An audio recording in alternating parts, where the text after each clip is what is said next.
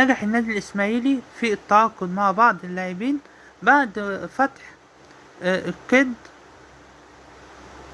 تعرفين طبعا كانت في غرامة على النادي كبيرة، وده اتسبب ان الإسماعيلي معرفش يجيب لعيبة أول السنة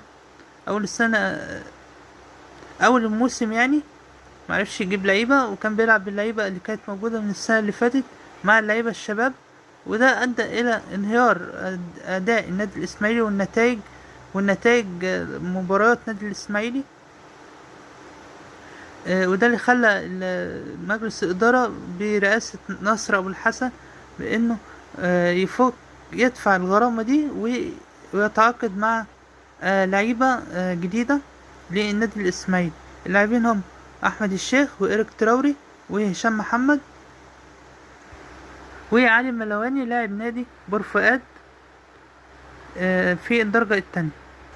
اللاعب ده الإدارة تعاقدت معاه النهاردة لمدة 4 مواسم ونصف قادمة. تعاقد مع اللاعب عبد الكريم مصطفى ظهير أيسر نادي مصر المقاصة مقابل 3 مليون جنيه. واللاعب حاتم سكر قادما من نادي الزمالك.